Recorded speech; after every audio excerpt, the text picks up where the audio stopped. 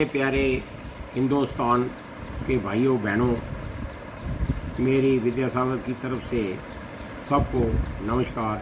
जय हिंद, जय श्री राम। मैं आज नरेंद्र भाई मोदी, प्राइम मिनिस्टर साहब, अमित शाह साहब का ज़रूरी पब्लिक के रिप्रेजेंटेशन की तरफ तवज्जो लाना चाहता हूँ। गवर्नमेंट ऑफ इंडिया ने पूरे हिंदुस्तान में रिप्रेजेंटेशन को ई ऑफिस के थ्रू डिस्पोज ऑफ करने का प्रोविज़न बनाया। जैसे कि किसी का कोई भी ग्रीवेंसेस है वो आप दे दो, ई ऑफिस के थ्रू दे दो, पर्सनली जाके दफ्तर में दे दो, बाई रजिस्टर्ड कोर्ट दे दो, वो ई ऑफिस के थ्रू चढ़ेगा और उसकी मूवमेंट भी पता चलेगी और कार्रवाई का जवाब भी उसको बंदे को मिलेगा। ये प्रोविज़न गवर्नमेंट का।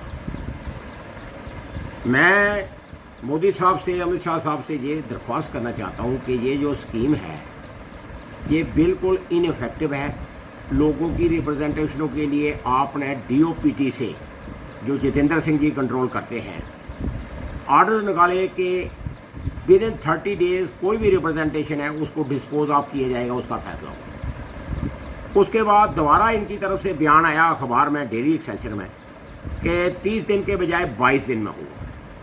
फिर उसके बाद दोबारा एक बयान मैंने पढ़ा डेली एक्सेलसियर में इनका, जितेंद्र साहब का, जो डॉक्टर जितेंद्र साहब जो मिनिस्टर ऑफ स्टेट हैं मोदी साहब की, उन्होंने कहा 16 दिन में होगा। मैं फिर से इनको ये कहना चाहता हूँ कि ऐसा ऑन ग्राउंड इम्प्लीमेंट बिल्कुल नहीं हो रहा है। अगर कोई रिप्रेजेंटेशन एक देता है चीफ सेक्रेटरी को, वहाँ से मार्क होकर नीचे आती है, वो ई ऑफिस से चले गए कमिश्नर सेक्रेटरी से डिविजनल कमिश्नर या डीसी या पीछे चले गए, लेकिन कोई उसका फैसला नहीं होता। पहले इससे फिर भी जहाँ जिस ऑफिस में जाती थी, जैसे चीफ ऑफिस में चीफ सेक्रेटरी के पास जाती थी, उस पर जो है चीफ सेक्रेटरी के ऑफिस से नोटिंग बनती थी। नोटिंग में जो डीलिंग सेक्शन अफसर होता था पूरी पोजीशन हाईलाइट करता था और फिर वो जो है कॉम्पिटेंट अफसर चीफ सेक्रेटरी का या चीफ सेक्रेटरी के पास जाती थी। उसके बाद डायरेक्शन होती थी नीचे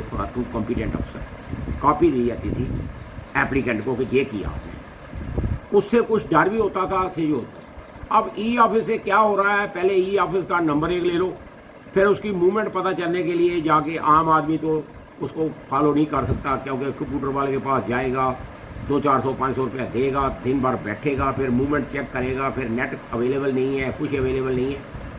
ओवरऑल जो है पब्लिक को तो अंधेरे में धकेला जा रहा है। कोई उनकी सुनाई नहीं है, कोई उनकी रिप्रेजेंटेशन का जवाब नहीं है। फिर से मैं मोदी साहब को और अमित शाह साहब को बोलता हूँ, इसके लिए स्ट्रिक्ट ऑर्डर निकाले जाए कि जिस बंदे के मोबाइल है नंबर या ये नंबर है, उस पर जो है उसका डिस्पोजल 16 दिन में, जो मोदी साहब के दफ्तर से फैसला हुआ है, जितेंद्र साहब ने वो जो है उसमें भी चढ़ाया है, डेली एक्सेलसियर में स्टेटमेंट भी दिया है और उनका बयान भी है, 16 दिन में उसका फैसला नहीं अगर हो रहा, क्यों नहीं हो रहा, उसके लिए penalty, disciplinary action, direction of duty की चार्जशीट ये डिसाइड की जाए। ये मैं कहना जरूरी समझूंगा कि रेवेन्यू डिपार्टमेंट में तो पता ही नहीं चलता रिप्रेजेंटेशनों का, सिर्फ जो है अपनी मर्जी का काम चलता है इनका। बाकी लोगों की रिप्रेजेंटेशन के ऊपर जवाब दे जवाब अगर घूमते रहे खुद ही थक के चुप कर जाएंगे। ये है हालत। और इस बारे में जब तक कोई ऐसा कानून नहीं बनाया जाए कि अगर किसी की रिप्रेजेंटेशन का आप जवाब नहीं देते, डिस्पोजल नहीं करते, तो ये पनिशमेंट डिफ़ॉल्टर को होगी, तब तक ये कुछ नहीं होना। मुझे उम्मीद है कि जो ई ऑफिस का काम है इसको स्ट्रेंथन करने के लिए कोई पनिशमेंट रखी जाए कि अगर कोई फैसला नहीं होता और एप्लीकेंट को उसका कन्वे नहीं होता तो ये डिपार्टमेंटल पनिशमेंट ये होगी, तब जाके ये कोई थोड़ा काम होगा।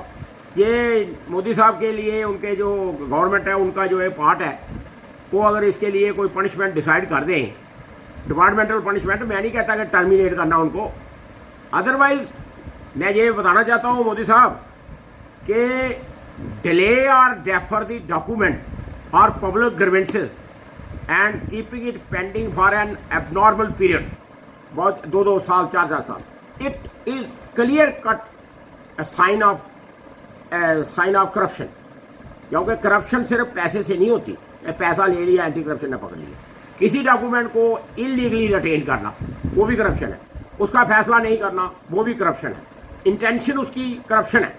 तो इसके लिए बोर्ड लगे हुए हैं, डीसी ऑफिस में भी देखो, divisional commissioner office, corruption free जो ऊपर से आया।